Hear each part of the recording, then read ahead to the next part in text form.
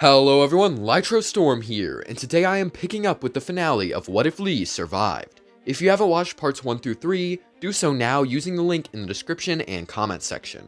But without further ado, I'm just gonna jump straight into this video because we've got a whole season to cover, so let's go. So after successfully saving AJ from a Carroll ranch, Clementine, Lee, and Sarah travel around with him, searching for a new place. They wanted to go back to Richmond, but it was too risky, as the whole area had become a war zone. So a few years would pass, and they would eventually pull up to a train stop. They try to get the supplies, but it would be rigged with a grenade, and so the four now attempt to escape, but end up crashing the car into a nearby tree. They would then be taken to Erickson's boarding school, and get introduced to the whole gang there. And honestly, most of episode 1 is going to remain the same, with Lee and Sarah going off with whoever Clem and AJ don't go with. AJ would be a lot less paranoid due to having both Sarah and Lee along with Clementine. They're all three really good influences on him and make him think a lot more positively. The group would end up going to go get supplies from the train station, leading to them meeting Abel. Lee would not be okay with him coming in and threatening them with a gun. If Lee told Kenny to fight Larry in season 1, he would throw Abel out the window, but if he didn't do that, then he would just try to talk him down. Of course, Clementine has the option to throw him out afterward if Lee doesn't do it. The gang then dips and returns back to the school. Later that night, Clementine would go out to learn what was going on and would find Marlon and Brody arguing. Marlon then kills Brody, and Lee walks in as he tries to escape. The two get into a struggle, but Lee is going to overpower him and knock him to the ground. Clementine then puts Brody down rather than letting her turn, so Lee and Clem take Marlon up to confess what happened. Of course, Marlon would lie, but it would eventually stop and the truth would come out. Because Marlon really wasn't in a position to fight, AJ is a lot more docile, and I don't think he's going to be shooting Marlon. This means the whole kicking them out plot would be thrown out the window, and Marlon would be able to stay, but not as a leader. I don't think the majority of the group would be down with kicking him out or making him a prisoner, so I think this is the best option. And so Violet would take his place, and Marlon would say that he was supposed to meet the other group that day. He'd ask what they should do, and Lee suggests they make a trap. Have Marlon go and bring Lee, Clem, and Sarah. They have the rest of the group surprise attack them and bring them back for questioning. The gang has a mixed response to this, but ultimately agrees on this plan. AJ says that he wants to go, and so they compromise and say that he'll be on the surprise team. Anyway, Clementine heads out with Marlon, Lee, and Sarah, and they meet with Abel and Lily. Clem and Lee recognize Lily, who recognizes them as well. Lily explains the Delta group and why it's great, and also the war they're part of. Eventually, Violet, Lewis, and Mitch join the group, surrounding the two and asking them to drop their weapons. Abel laughs, asking if this was some kind of joke, and AJ steps out with his gun, saying no. Abel begins to say, well, in that case, and immediately charges AJ, grabbing him by the wrist and taking the gun. Nobody was able to react fast enough since they didn't have guns. Lily had also raised her knife in this time since everyone was distracted, and now Abel would say that he would kill AJ if they didn't let them go. At this point, Clem can either choose to accept the deal or attack to defend AJ. If she accepts the deal, then he puts AJ down, and the two walk away with their guns aimed at the group as they leave. The group is happy that they got them to go away, and that now they'll be safe. However, the thought that they could return with more people had crossed their minds.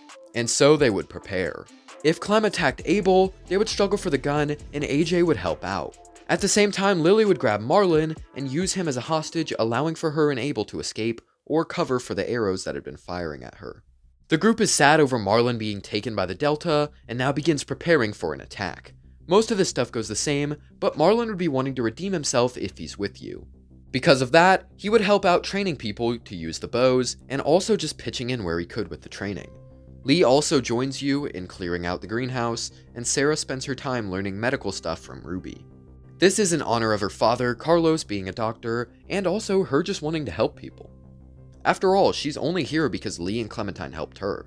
Lee would also have a funny reaction to who you choose to be romantic with, or if you don't choose that, then he won't. And finally, if Marlon is still with you, Sarah would admire how he rose up to the pressure of everyone's scrutiny. And so now we move on to Lily's attack. Omar gets shot in the leg with an arrow, and her troops roll in. Lily had brought Marlon with her in order to use him as a hostage once again, if you didn't save Marlon, obviously. Plus, now when she says Minerva is with her, she has Marlon to back up that claim.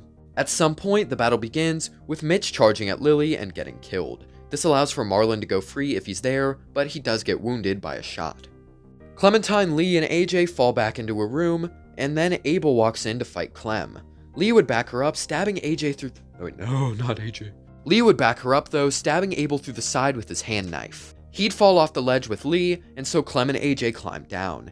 Abel would be beaten without any more resistance though, since he had already been injured more. And so now Clem and AJ proceed to fight off Lily, with Lee jumping in to hold her off. This would be a really close fight, so now Clementine saves either Lewis or Violet, but Sarah would save the other person. This would be a big dub for the group, as now Lily's gang had only managed to take Asim and Omar. So now Clementine and the others have to prepare for the assault. The only problem is that they haven't met James, and so Sarah would present her own idea. Lily and the others used the walkers as a distraction to get out of there before they could stop them, so if they could somehow get a bunch of walkers, they could use them as a distraction to get in. The only problem is that they're just gonna have to get a bunch of walkers together, and so Lee, Clem, and AJ head out and find a barn full of walkers. They say that this is perfect, but would be approached by James. James explains his backstory and his belief about the walkers, and tells them that he'll only let them use the barn if Clementine goes into the barn with the mask. She then does so, and they gain James's trust. They head back to the group, explaining what happened, and then they would have the little party that they did in canon. Sarah will be treating Marlon's injuries and talking to him during this time. Lee would tell the story of how he lost his arm to save Clementine, and how helping people you care about is the most important thing. After that, they head out, and most of this stuff would play out the same, just with Lee there with Clem and AJ. Lee and Clem would be locked in the same cell, and Lily would come back to talk to them.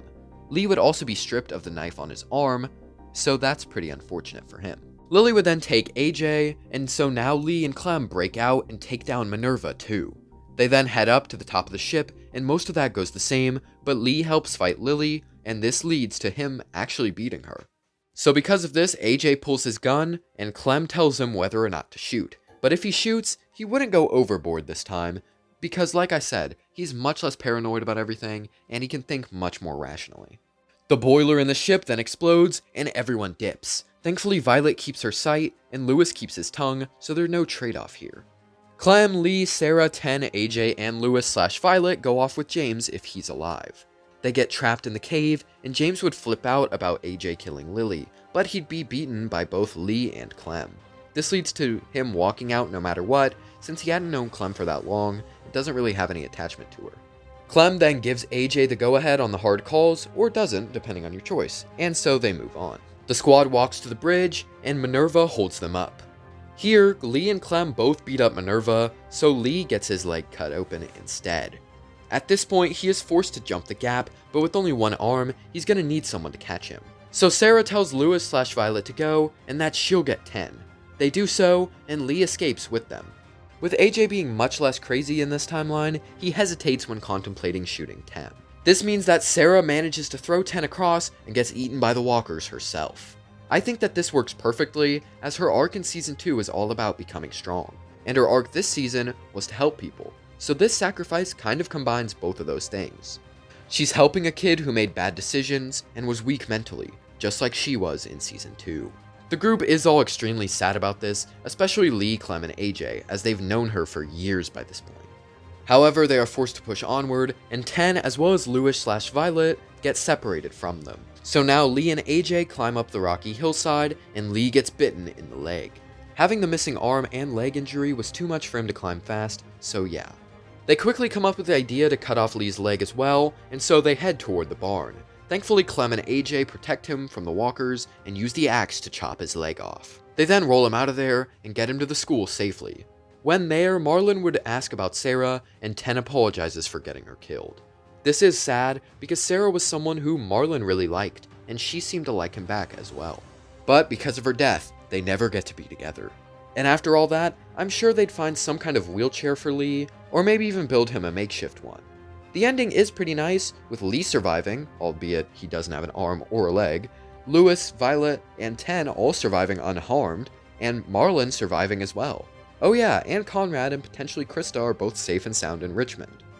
So yeah, this has been What If Lee Survived. I hope you all have enjoyed the series, as I really liked how it turned out. I know that this is a very popular subject, as Lee's death was very pivotal, and he was a very big character, so seeing him survive has been pretty interesting to write, to be honest. But let me know your guys' thoughts, and also tell me your guys' favorite part that happens in the series. But as always, tell me if you like this series, comment your requests for future videos, and subscribe. Thank you for watching. Have a great day.